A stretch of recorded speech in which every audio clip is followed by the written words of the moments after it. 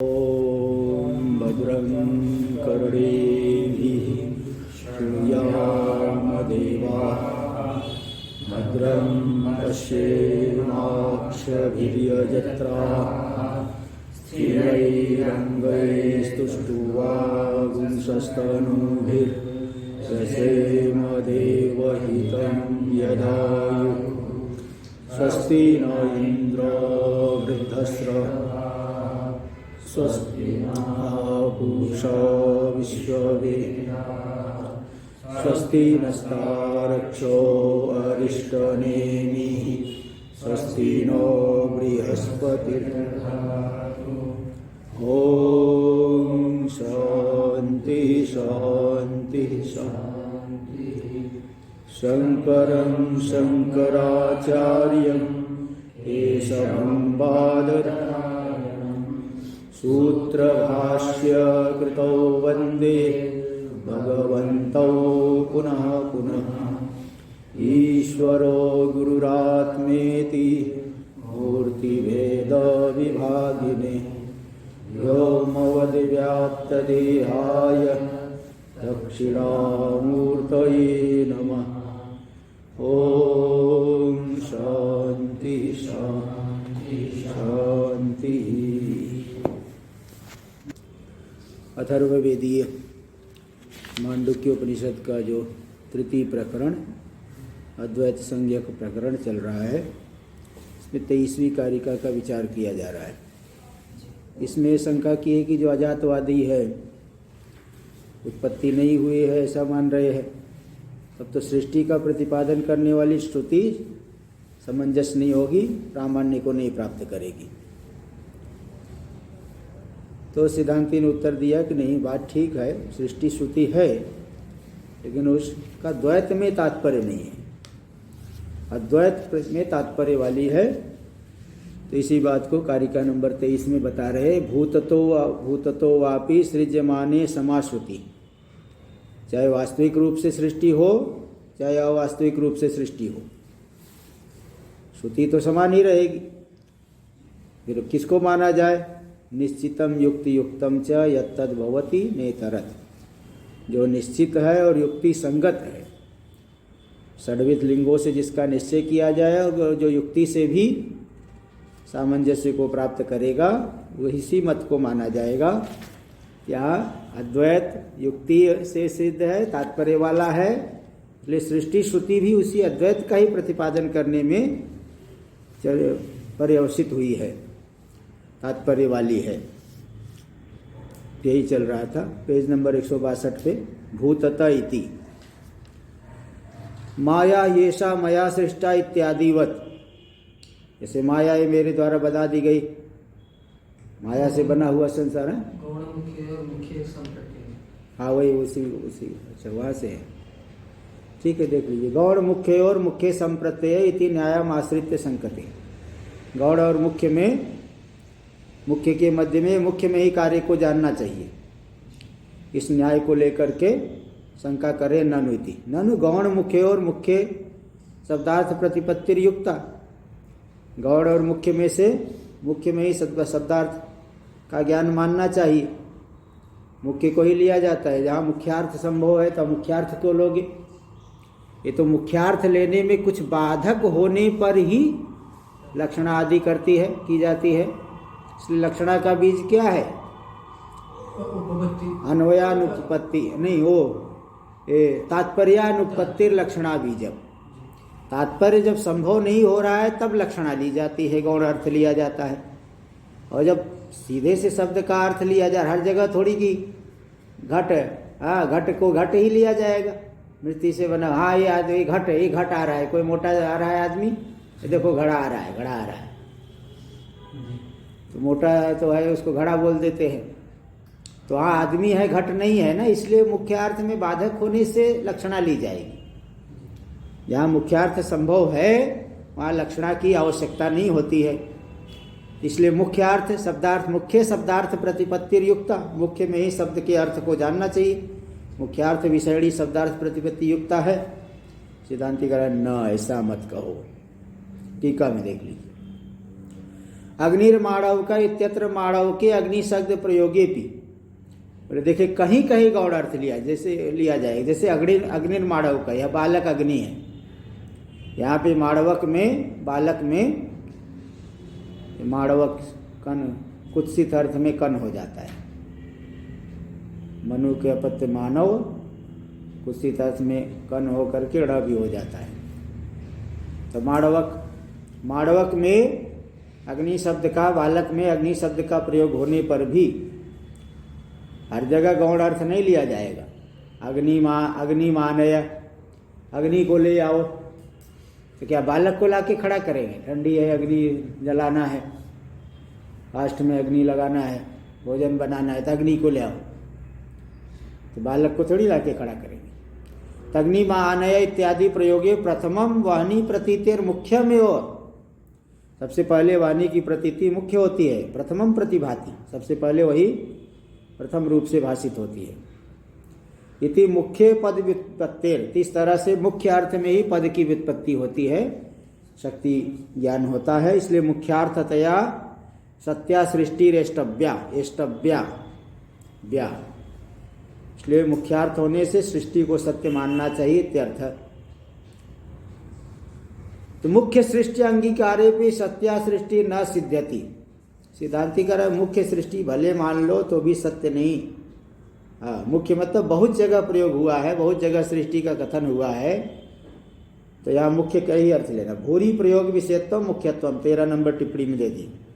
बारंबार जिसका प्रयोग हुआ है, कई बार कथन हुआ है, कई बार कथन का विषय बन रही सृष्टि, तो भूरी प्रयोग विषयत्व आने पर भी सृष्टि मुख्य नहीं हो सकती है। सत्या सृष्टि न सिद्ध्यति, सत्य है मुख्य मानने पर भी सत्य नहीं होगा, बारंबार कथन होने पर भी उसको सत्य नहीं कर सकते। क्यों? क्योंकि अस्मत् पक्षे सत्याया सृष्टि सृष्टि शब्दार्थत्वे न प्रसिद्धत्वात्, हमारे मत में सृष्टि शब्द के अर्थ रूप से सत्य सृष्टि प्रसिद्ध है ही नहीं। इति परिहरति न, ऐसा मत कहो, अन्यथा सृष्टिर अप्रसिद्धत्वात्, सत्य जो सृष्टि हो तो प्रसिद्ध ही नहीं है। सत्य कहाँ है सृष्टि? अमायिक्य, अमायिकी मतलब वास्तविक की सृष्टि प्रसिद्ध ही नहीं है। निष्प्रयोजनत्वाच्च, सृष्टि को वास्तविक मानने का कोई प्रयोजन भी नहीं है, निष्फल है। इति अवोचाम, इस बात को हम पहले ही कह चुके हैं। टीका में लौकिका नाग मुख्य सृष्टि सत्य सृष्टित्वेन प्रसिद्धत्वेपि, लौकिक लोगों के लिए बारंबार जो सृष्टि का प्रयोग करेंगे तो सत्य सृष्टि मान लेते हैं।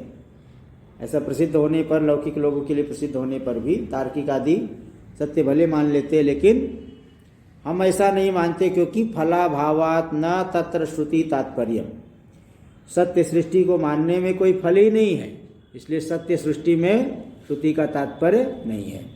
इत्या निष्प्रयोजनत्वाच्च इति अवोचाम, निष्प्रयोजन भी है सृष्टि को सत्य मानना, ये बात हम कई बार बोल चुके हैं। अन्यथा सृष्टिर अप्रसिद्धत्वम एवं स्पष्टयति, अन्यथा मतलब अमायिकी, वास्तविकी सृष्टि प्रसिद्ध ही नहीं है, इसको स्पष्ट कर रहे अविद्या इति। अविद्या सृष्टि विषयैव सर्वा गौड़ी मुख्या च सृष्टि न परमार्थता, जितनी भी सृष्टि है, चाहे स्वप्न की सृष्टि हो अथवा जागृत की सृष्टि हो, हाँ, सभी की सभी सृष्टि जो है अज्ञान से होने वाली सृष्टि को विषय करने है। हाँ, गौड़ी मुख्या जितनी भी सृष्टि है, स्वप्न वाली है चाहे जागृत वाली है, सभी की सभी सृष्टि को वह सत्या सृष्टि नहीं माना जाता। अविद्या सृष्टि विषया, अविद्या से होने वाली सृष्टि, उसी को शास्त्र कह रहा है। और पंचदशी में ये भी दिखाए है, अनूनो जायते भोग कल्पितय स्वप्न वस्तु भी जागृत वस्तु भी रप्येवम असत्यर भोग इष्यता, युक्ति बहुत अच्छा दिखाए, ऐसे श्रुति तो है ही, पंचदशी में युक्ति दिखा दी। अनूनो जायते भोग, स्वप्ने कल्पित वस्तु भी, स्वप्न में कल्पित वस्तुओं से जागृत से कोई कम भोग होता है क्या? जागृत में जैसे डर जाता है, कभी प्रसन्न हो जाता है, स्वप्न के कल्पित वस्तुओं से भी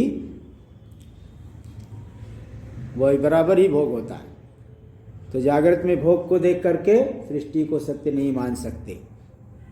भोग के लिए सत्य वस्तु होने की आवश्यकता नहीं है, मिथ्या से भी भोग हो जाता है।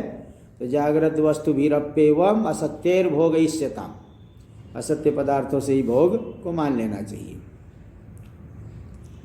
टीका में देख लीजिए, गौड़ी सृष्टि क्या है? स्वप्ने रथादि सृष्टि।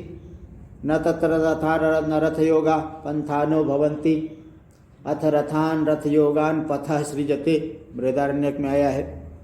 तो गौड़ी है रथादि की सृष्टि, स्वप्न में जो, और मुख्य है क्या?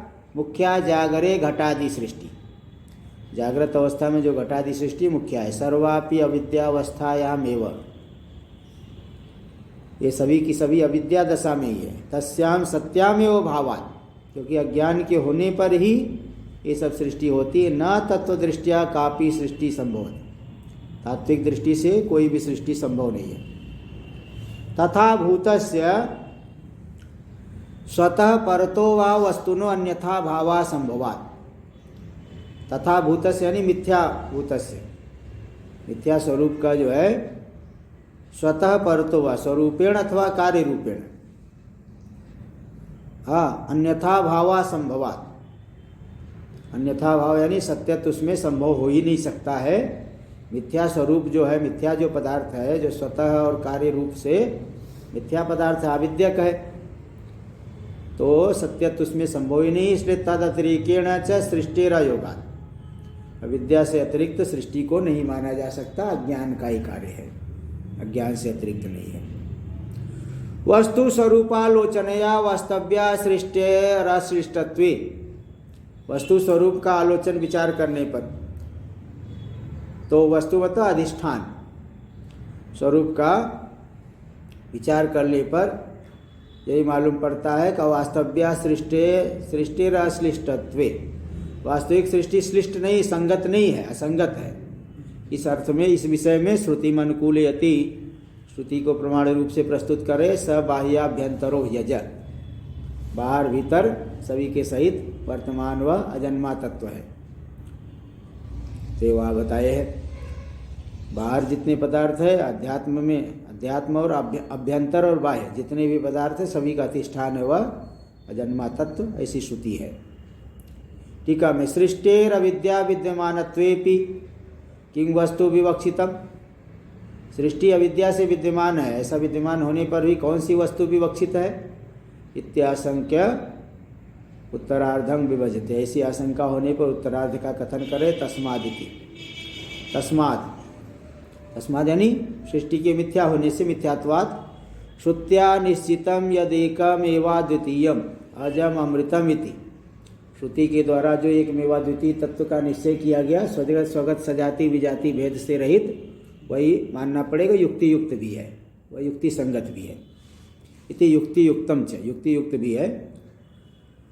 क्यों युक्ति युक्त है? क्या युक्ति है? तो निरवयवत्वम विभुत्वम इत्यादि युक्ति, जो निरवय है ना वस्तु और विभु है, उसमें द्वैत कहाँ से होगा? निरवय में द्वैत कहाँ से आएगा?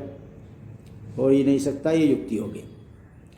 टीका में तेन अद्वैतम एव श्रुति तात्पर्य गम्यम न द्वैतम इति फलितम, इस कारण से, तेन कारणेन अद्वैतम एव श्रुति तात्पर्य गम्यम न द्वैतम, अद्वैत ही श्रुति तात्पर्य का विषय है, द्वैत नहीं है, ये फलित हुआ। तदेव इति भाष्य में युक्त्या च संपन्नम तदेव इति अवोचाम पूर्व ग्रंथे, युक्ति से संबंध वही है, तदेव वही अजन्मा आत्म तत्व, इस बात को पूर्व ग्रंथ में भी बताया गया है। और तदेव श्रुत्यर्थो भवति नेतरत कदाचित अपि, वही अद्वैत ही श्रुति का तात्पर्य विषयीभूत अर्थ है, द्वैत कभी भी तात्पर्य विषयीभूत नहीं है, ये यहाँ सिद्ध हुआ। 23वीं कारिका हुई आगे।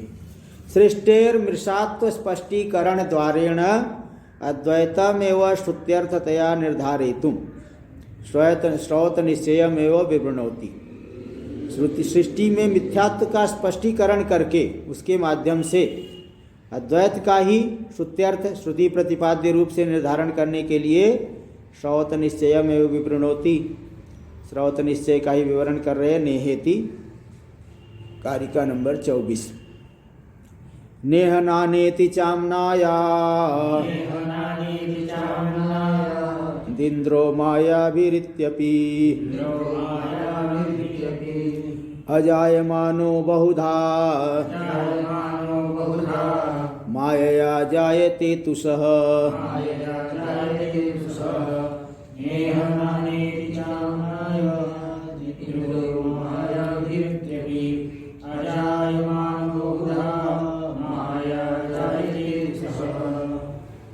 नेह नानेति चामनाया, श्रुति में एक जगह है नेह नानाति नानास्ति किंचन, उस तत्व में कुछ भी नाना नहीं, कुछ भी इह आत्मनि नाना नास्ति, ऐसा आमनाय आगम वाक्य है, वेद वाक्य है।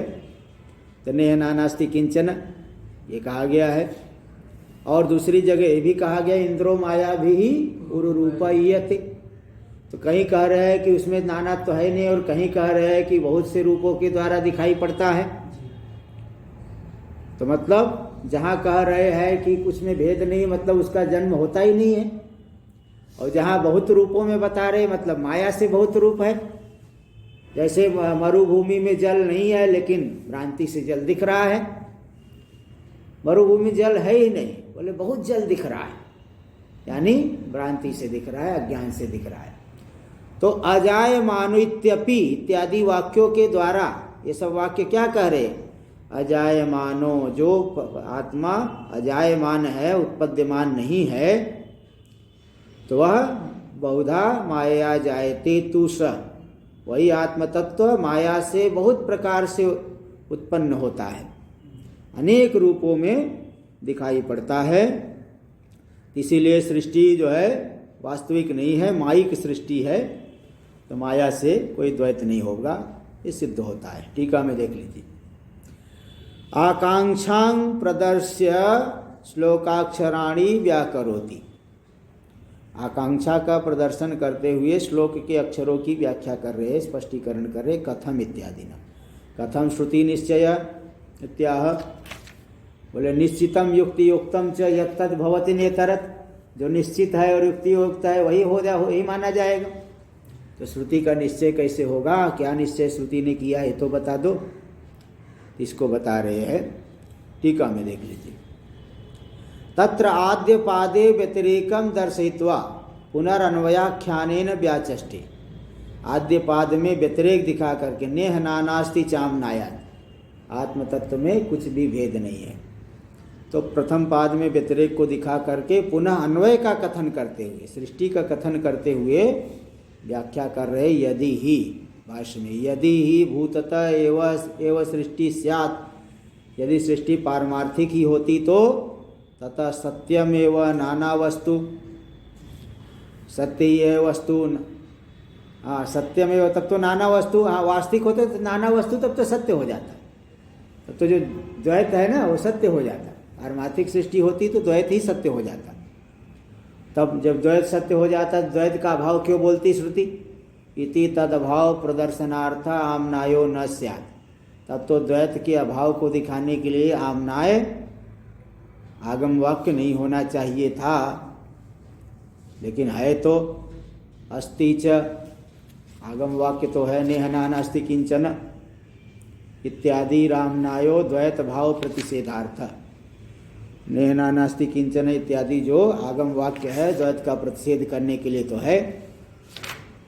टीका में द्वैता भाव चेत प्रतिसिध्यते कथम तृष्टि तरहि सृष्टि रूपदिश्यते, द्वैत के अभाव, द्वैत भाव का, द्वैता भाव ने द्वैत भावस, द्वैत भावस चेत प्रतिसिध्यते, द्वैत का अगर आप निषेध कर रहे हो तो कथम तरहि सृष्टि रूपदिश्यते, फिर सृष्टि का उपदेश कैसे कर रहे हो बताओ? द्वैत का निषेध करना है तो सृष्टि का उपदेश मत करो, और सृष्टि का उपदेश कर रहे हो फिर द्वैत का निषेध मत करो। तत्राह, इस विषय में उत्तर दे रहे। देखिए, ये तो आत्मा को समझाने के लिए अध्यारोप करके बताया जा रहा है। तस्मादिति, तो ये अस्ति च नेह नानास्ति किंचन इत्यादि रामनायो द्वैत भाव प्रतिषेधार्थ, द्वैत भाव का प्रतिषेध करने के लिए ये नेहना नास्ति किंचन इत्यादि आमनाय है। तस्मादाद आत्मैकत्व प्रतिपत्त्यर्था कल्पिता सृष्टि, इसलिए आत्मा की एकता के लिए, क्योंकि द्वैत भाव का प्रतिषेध कर दिया गया, इसलिए आत्म एकत्व के ज्ञान के लिए ही कल्पित सृष्टि, कल्पिता सृष्टि अभूता एव, सृष्टि हुई ही नहीं।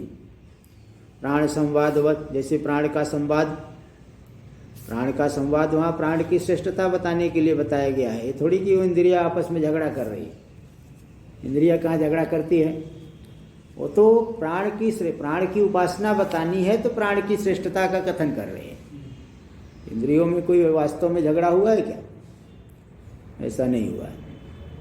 टीका में देख लीजिए, दे रहे यथा प्राण वैशिष्ट्य दृष्ट्यर्थम, प्राण की श्रेष्ठता के ज्ञान के लिए प्राण संवाद श्रुतिषु कल्प्यते, श्रुतियों में प्राण का संवाद हुआ, इंद्रियों ने आपस में झगड़ा किया, मैं श्रेष्ठ हूँ, प्रजापति के पास गए कि हम लोगों में कौन श्रेष्ठ है, तो प्रजापति ने कह दिया जिसके निकल जाने पर शरीर पापिष्ठतर हो जाए वही श्रेष्ठ है। ये सब जो संवाद की कल्पना हुई है वह प्राण की श्रेष्ठता दिखाने के लिए। तथा सृष्टि एकत्व प्रतिपत्ति अर्थत्वेन कल्पिता, इसी तरह से एकत्व के ज्ञान के लिए ही सृष्टि की कल्पना की गई है, सृष्टि का कथन किया गया है। वास्तव्या सृष्टिर अयोग से उपदिष्टत्वाद इत्यर्थ, वास्तविक सृष्टि हो ही नहीं सकती है, ये हम बता चुके हैं। कल्पिता सृष्टि इत्यत्र हेत्वंतरम दर्शयन, सृष्टि कल्पित है, इसमें अन्य हेतु को दिखाते हुए द्वितीय पादम अवतार्य तात्पर्यार्थमा, द्वितीय पाद का अवतरण करते हुए तात्पर्य अर्थ को दिखाते इंद्र इति भाष्य में। इंद्रो माया भी इति इत्यपि अभूतार्थ प्रतिपादकेन माया शब्देन व्यपदेशात्, इंद्रो माया भी यहाँ पे माया से किसको कहा जाता है? या माँ सा माया, जो है ही नहीं वही माया। अभूतार्थ प्रतिपादकेन, कहीं पे भी जो है कुछ नहीं होता, बोले ये सब तो माया ही है, लोक में भी बोलते हैं आपस में लोग, सब माया ही है, नहीं है तो बोले सब इसकी माया है। तो अभूतार्थ प्रतिपादक जो माया शब्द है, जो वास्तविक अर्थ नहीं है, ऐसे अर्थ के प्रतिपादक माया शब्द से सृष्टि का उपदेश किया गया है। माया भी पूर्वरूपयते, मतलब यहाँ सृष्टि जो है वास्तविक नहीं है। टीका में देख लीजिए, माया शब्देन सृष्टिर व्यपदेशाद असौ कल्पिता युक्ता इति शेष। कल्पिता, माया शब्द से सृष्टि का कथन होने से वह सृष्टि कल्पित है, उसको कल्पित मानना युक्त है। कल्पिता युक्ता इति शेष, ये शेष है। अभिधान ग्रंथे प्रज्ञा नाम सुपाठात माया शब्दों मिथ्यार्थो न भवत इति शंकते। अभिधान ग्रंथे, अभिधान एक निरुक्त निघंटु, निघंटु मतलब वैदिक कोश होता है। तो वैदिक कोश में प्रज्ञा यानी ज्ञान के जो पर्यायवाची शब्दों में माया का भी कथन हुआ है। ज्ञान का पर्यायवाची शब्द है, तो माया से मिथ्या कैसे ले रहे हो, यही कह रहे। अभिधान ग्रंथ में निघंटु में वैदिक कोश में प्रज्ञा के नाम में ज्ञानवाचक शब्दों में माया का पाठ हुआ है। इसलिए मिथ्यार्थो, माया शब्दों मिथ्यार्थो न भवति इति शंकते, माया शब्द का अर्थ मिथ्या नहीं ले सकते हैं, ऐसी शंका कर। देखो 5 नंबर टिप्पणी में दे दिए है, निघंटु में क्या पाठ है? प्रज्ञा नाम सुइति। केतः केतु चेत चित्तम क्रतु असु धी सची माया वयुनम अभिख्या अभिख्या इति 11 प्रज्ञा नामानि इति निघंटु पाठ। ज्ञान के वाचक 11 है, 11 शब्द देते। केतः केतु चेतः चित्तम क्रतु अशु सुधी सची माया वयुनम अभिख्या। तो ज्ञान के पर्यायवाची शब्दों में माया शब्द का पाठ हुआ है, इसलिए माया शब्द का अर्थ मिथ्या कैसे कर रहे हो, ये तो ज्ञान वाचक है माया शब्द। ये शंका करे ननु प्रज्ञा वचनो माया शब्द है, बोले प्रज्ञा यानी ज्ञान का वाचक है माया शब्द, तो निघंटु में तो आया है, वैदिक कोश में आया है। तो सिद्धांति उत्तर दे रहे सत्यम। टीका में देख लीजिए, माया शब्दस्य प्रज्ञा नाम से क्वाचितकम पाठम अंगीकरोति। प्रज्ञा के नामों में माया शब्द का कहीं कहीं पे पाठ आया है, इसको स्वीकार कर रहे हैं। सत्यम, ठीक कह रहे हो, कहीं कहीं आया है। कथम तरी मिथ्यार्थत्वम, फिर मिथ्यार्थ, मिथ्यावाचक है माया शब्द, ऐसा कैसे लोगे?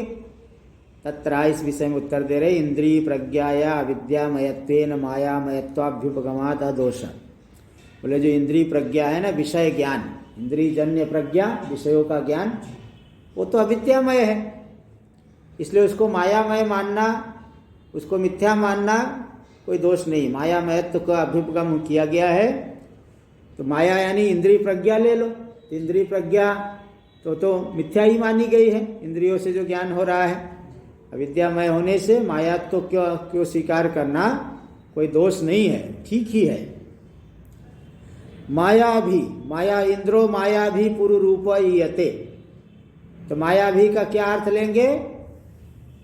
इंद्रिय प्रज्ञा भी अविद्या रूपा भी इत्यर्थ। इंद्रिय प्रज्ञा जो अविद्या स्वरूपा है, उससे परमात्मा अनेक रूपों में दिखाई पड़ रहे हैं, ऐसा अर्थ ले लो। क्या गड़बड़ी है? बिल्कुल ठीक ही तो है। पूर्व पक्षी ने कहा तो सिद्धांति कह रहा है ऐसा अर्थ ले लो।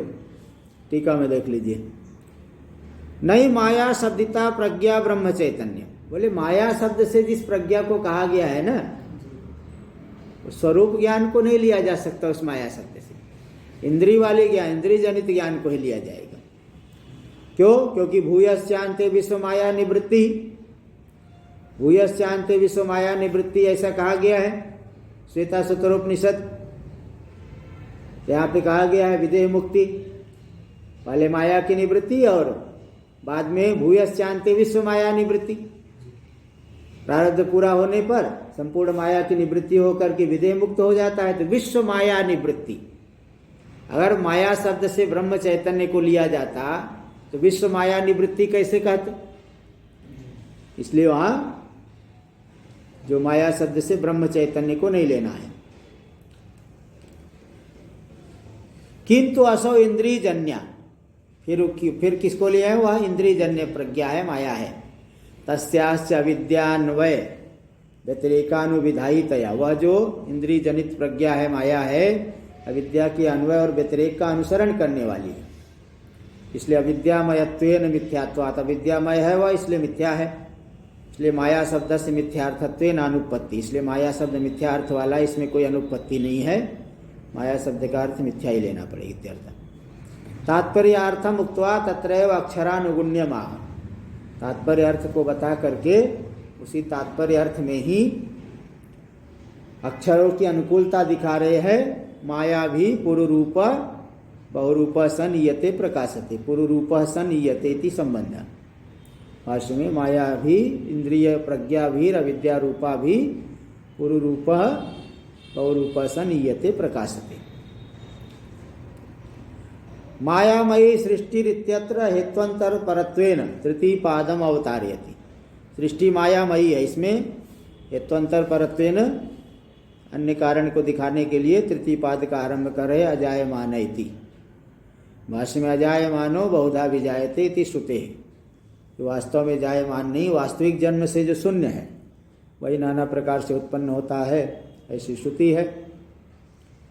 टीका में अजायमान से बहुधा विजायमानत्व विरुद्धम, जो जायमान नहीं है वही बहुत प्रकार से उत्पन्न होता है तो विरुद्ध हो गया।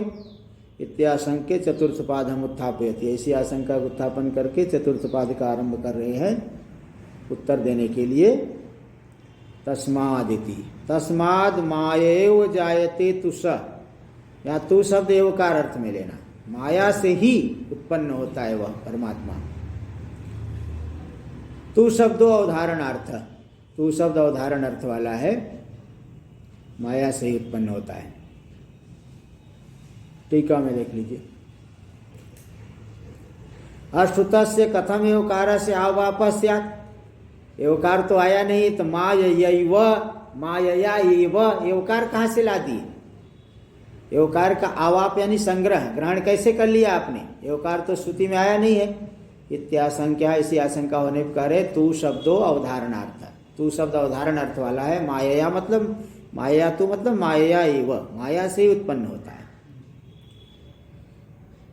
माया एव अवधारण रूपम अर्थम एवं अभिनयत, अवधारण रूपी अर्थ का ही अभिनय करके दिखा रहे, माया एव, माया से ही। कथम इत्थम अवधार्यते, ये अर्थ आपने कैसे ले लिया है? तो इसका उत्तर दे रहे हैं, हाँ, वास्तविक जन्मनी का वस्तु क्षति, वास्तविक जन्म मान लोगे तो क्या आपकी हानि हो जाएगी? हानि क्या होगी? तो सिद्धांति भी कहेगा लाभ क्या होगा? लाभ होना चाहिए ना। वो तो कई बार बात घुमा घुमा के कहते हैं। एक महात्मा जी एक भक्त को जो है बता रहे हैं, थोड़ा हमारे यहाँ भी आया करिए थोड़ा हमारे यहाँ भी आया करिए। बोले क्यों आऊँ महाराज जी, यहाँ तो अब एक जगह से जुड़ा हुआ हूँ, आपके यहाँ क्यों आऊँ? बोले नहीं, अगर लाभ नहीं तो हानि भी नहीं होगी हमारे यहाँ आओगे तो लाभ नहीं तो हानि भी नहीं होगी आपकी। हाँ, लाभ नहीं होगा कुछ तो हानि भी नहीं होगी, इसलिए हमारे यहाँ भी कभी आके देखिए। तो इस तरह से पूर्व पक्षी कह रहा है भाई क्या हानि है? ये भी सिद्धांति कहे कि लाभ क्या है तो बताओ।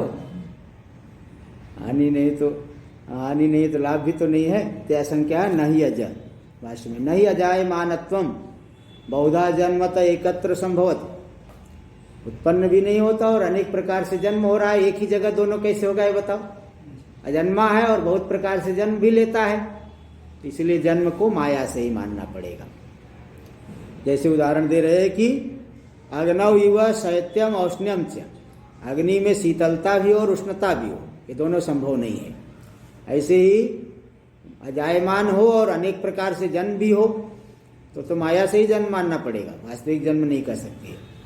टीका में आत्म एकत्व ज्ञानमेव सृष्टि तात्पर्य गम्यम, आत्म एकत्व ज्ञान ही सृष्टि तात्पर्य का विषयीभूत है। सृष्टि तो तत्शेषत्वात्, सृष्टि तो उसका अंग है।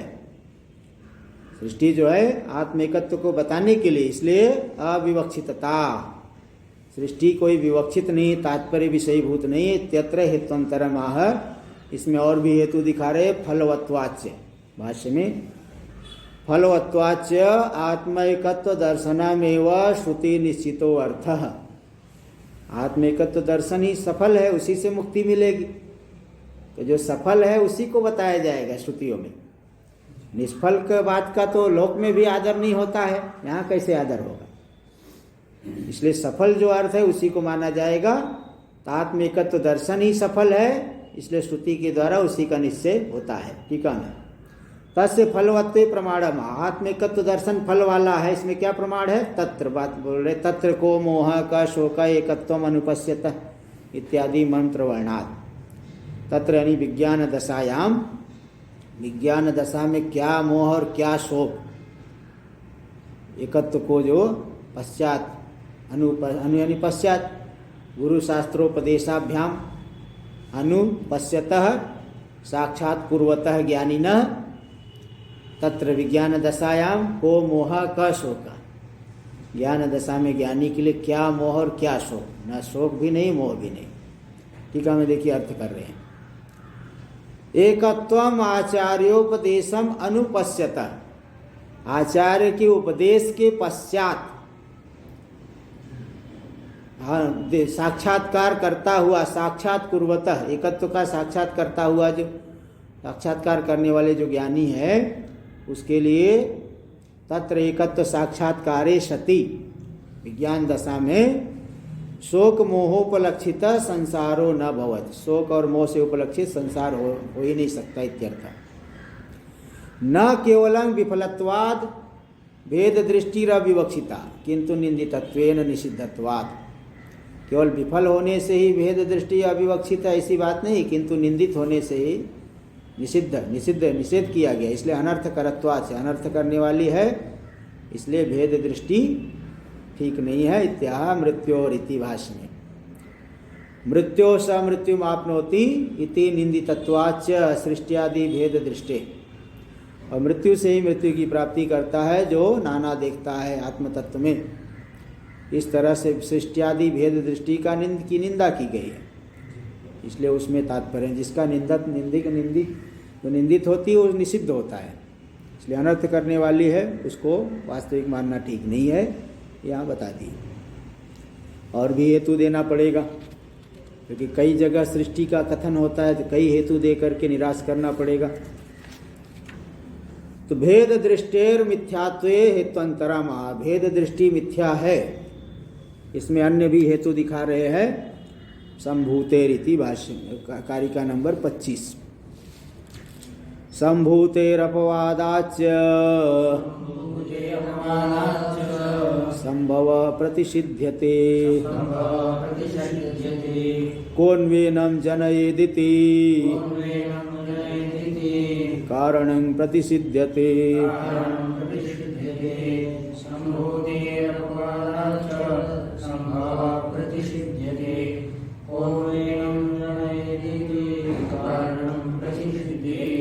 संभूति सम्यक भूति वाला, सम्यक ऐश्वर्य वाले हिरण्यगर्भ उपासना की वहाँ निंदा की, हिरण्यगर्भ की निंदा की गई संभूति की।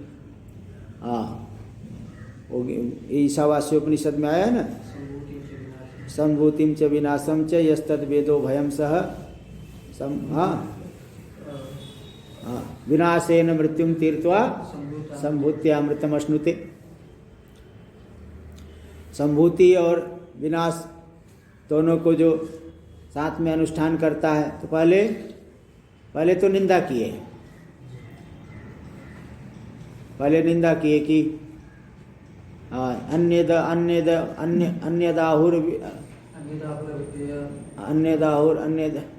अविद्या नहीं विद्याम च हस्तद वेदो भयम स विद्या मृत्युम तीर्ण विद्या मृत्यु संभूतिम अन्यदाहुर नहीं, पहले उसके उसके जो तीन श्लोक 3 मंत्र आए ना,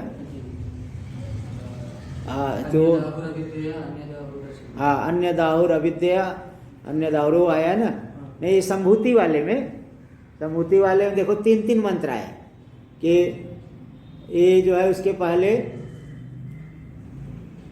अंधम तमा प्रविशन्ति ये संभूति मुपासते ततो भूयुते तमो यऊ संभूत्याम रता, ये वाला है। देखो निंदा यहाँ की गई, अंधम तमः प्रविशन्ति ये संभूति मुपासते, वे लोग गहरे अंधकार की प्राप्ति करते जो असंभूति की उपासना करते हैं। ततो भूयुते तमो यऊ संभूत्यारता संभूत्याम, तो संभूति और असंभूति, संभूति मतलब कार्य और असंभूति मतलब कारण, तो कारण अव्यक्त की उपासना और संभूति मतलब हिरण्यगर्भ की उपासना। तो हिरण्यगर्भ की भी निंदा कर दी गई वहां, हिरण्यगर्भ की निंदा के द्वारा, कार्य ब्रह्म की निंदा के द्वारा सकल कार्य की निंदा कर दी गई। बस यही यहाँ कहना चाहते हैं। संभूतेर अपवादाच्य, संभूति का हिरण्यगर्भ की निंदा करके सकल कार्य वर्ग की निंदा कर दी गई है, इसलिए संभव प्रतिषिध्यते, संभव का प्रतिषेध यानी कार्य मात्र का निषेध कर दिया। ये 6 पूरा टिप्पणी में दिया है सब। अंधम तम प्रविशन्ति ये विद्याम इत्यादि षण्णानां मंत्राणाम, 6 प्रकार के जो 6 मंत्र आए हैं, तो ये सब वहाँ सब दिया है पूरा। तो संभूति शब्द से हिरण्यगर्भ का कथन किया गया है, और विनाश शब्द से कर्म का कथन किया गया है। कर्म और उपासना दोनों करना पड़ेगा। और विद्याम च अविद्याम च, विद्वा विद्या मतलब उपासना और अविद्या यानी कर्म, इस तरह से। और वहाँ विनाश, असंभूति, असंभूति से प्रकृति अव्यक्त हो गई और संभूति से हिरण्यगर्भ।